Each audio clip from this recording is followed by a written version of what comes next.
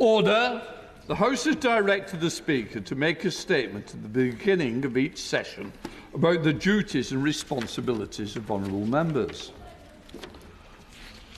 The House has directed the Speaker to make a statement at the beginning of each session, as I say, about the duties and responsibilities of honourable members. It will be starting with the Code of Conduct for members and the Behaviour Code. I begin by reminding honourable members of their duty to observe the Code of Conduct, the Behaviour Code, agreed by the House, and to behave with civility and fairness in all their dealings. Unacceptable behaviour will be dealt with seriously, independently, and with effective sanctions. Freedom of speech. The House asserts its privilege of freedom of speech. That privilege is enjoyed by members of Parliament only in their work in this House as private individuals. We are equal under the law with those whom we represent. It is there to ensure that our constituents can be represented by us without fear or favour. It is an obligation upon all of us to exercise that privilege and responsibility. Accuracy of members' contributions. It is incumbent on members to be accurate in what they say in this House and to correct any mistakes as soon as possible. All members can now submit written correspondences directly to Hansard to amend errors of fact of their contributions, as well as being able to correct the record by a point of order. The Speaker does not have, and I reflect this to the media as well, the Speaker does not have the power to police the accuracy of members' contributions, if only I could. I now come to courtesy and temperate language. I draw the House's attention to the guidance of rules of behaviour and courtesies in this House of Commons. Members must be mindful of the impact of what we say, not only to other members, but on others who follow our proceedings. And members should be heard courteously, whatever their views. In particular, members should address the Chair rather than each other directly. And I say to honourable gentlemen, please, wear a tie, you just might not catch my eye. And members should remain in the chamber for at least 2 speeches. Or if it's questions at question time, it will be 2 substantive questions after their own. Show the respect to other members. Of course, I understand that new members may need a bit of time to familiarise themselves with the conventions and courtesies of the House, and I will take that into account when naming the Chair. But I would urge every member to study the guidance carefully. And please, I do say to members, mobile phones are a privilege to be used in this House. Please try and think about when you need them, when you use them. Members should be able to ask a question without reading it. Please, let's show the ability of this House. Let's show what we can do by working together. As I say, members need a bit of time, and I will work with all new members. We must ensure, and I take into account when I'm in the Chair, but I would urge every member to study, as I say, the guides. Please read it. Any advice that's needed, come and check with me or the clerks. Criticism of other members. In this place, we are honourable members, and the language we use about each other should reflect that.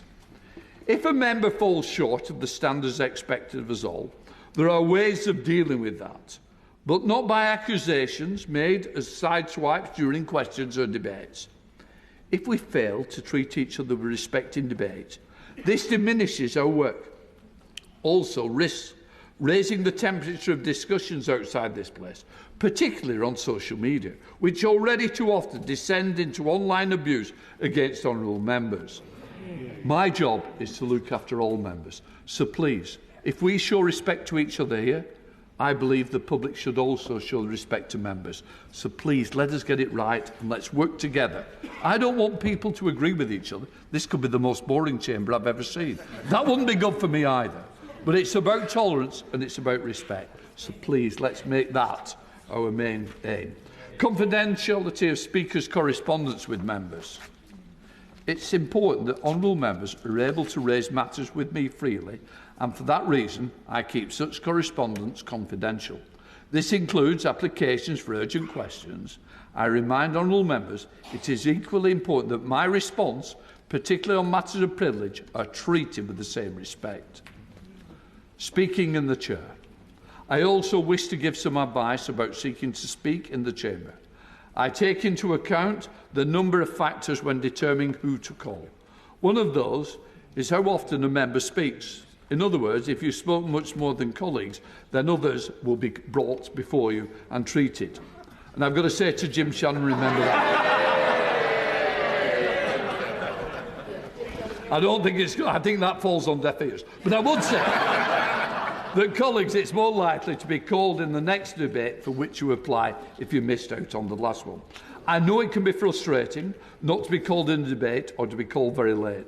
Prioritising the debates and question times, urgent question statements in which you seek to participate is one way of trying to avoid that happening. Staff in my office are always offer further advice. What I would say is, and I say now, it'll be very frustrating for the government side as there's so many. So just remember that. Don't take it out on my office. Please blame me at any time. When we now come to security and safety, finally, I want all members and everyone in the parliamentary community to be able to go about their work safely, both online and here in Westminster. The security of this building and those who work here depends on us all. We have a duty to be vigilant to assist those whose job it is to maintain this place as a safe place of work. But I also know it is about being a constituency MP, it is about meeting constituents, and it's about being able to represent those constituents within our constituencies that I take seriously. 2 members lost their lives. It wasn't in this House, but in their constituency. So whatever I can do to support you, I will. Make sure you follow all the security measures. I never, ever want to receive another phone call like I've done previously. So please, look after yourselves, follow the advice. Your families matter, your staff matter, and this House matters. Security is the top of my agenda. Before moving to the first business of the new session, I would like to express my best wishes to all honourable members and to all those who work in the House. And I've got to say, well, I can. Thank you to all the staff who's made this transition. So I really do appreciate it. Please, let's enjoy the next session.